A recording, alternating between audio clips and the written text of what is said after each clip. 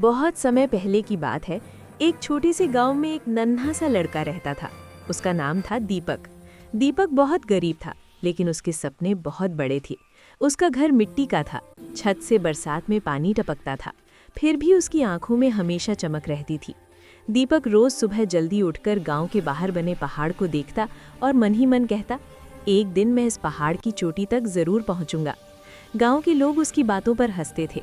कोई कहता, अरे दीपक, सपने देखना छोड़ो, पहले 2 वक्त की रोटी का इंतजाम करो। कोई कहता, इतने बड़े सपने तुम्हारे बस के नहीं। लेकिन दीपक चुप रहता।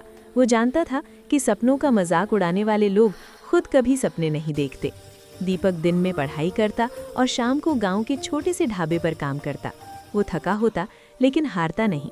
रात को दीपक अपनी पुरानी किताबें खोलता और दीपक की रोशनी में पढ़ता, इसलिए उसका नाम सच में दीपक जैसा ही था। एक दिन गांव में एक बूढ़े बाबा आए। उन्होंने दीपक को पहाड़ की तरफ देखते देखा। बाबा बोले, बेटा, क्या सोच रहे हो? दीपक ने कहा, बाबा, मैं उस पहाड़ पर चढ़ना चाहता हूँ, लेकिन लोग कहते हैं मैं कभी नहीं कर पाऊंगा। बाबा मुस्कुराए और बोले, जो लोग नहीं कहते हैं वही सबसे बड़ी सीढ़ी होते हैं। दीपक ने उसी दिन तय कर लिया कि वो पहाड़ पर चढ़ेगा।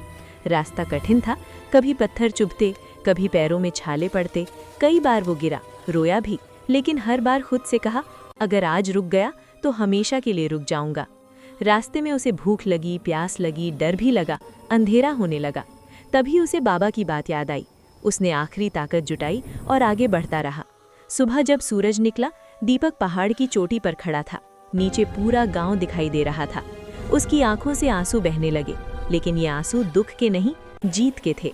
कुछ दिनों बाद वही लोग जो उस पर हंसते थे, गर्व से कहते, देखो, ये वही दीपक है जिसने नाम रोशन कर दिया। दीपक ने सबको सिखा दिया कि गरीबी सपनों को नहीं रोक सकती, लोगों की बातें हिम्मत को नहीं तोड़ सकती, अगर इंसान खुद पर विश्वास रखे। और सच में दीपक सिर्फ पहाड़ पर नहीं चढ़ा, वो अपनी जिंदगी की सबसे ऊंची चोटी तक पहुंच गया।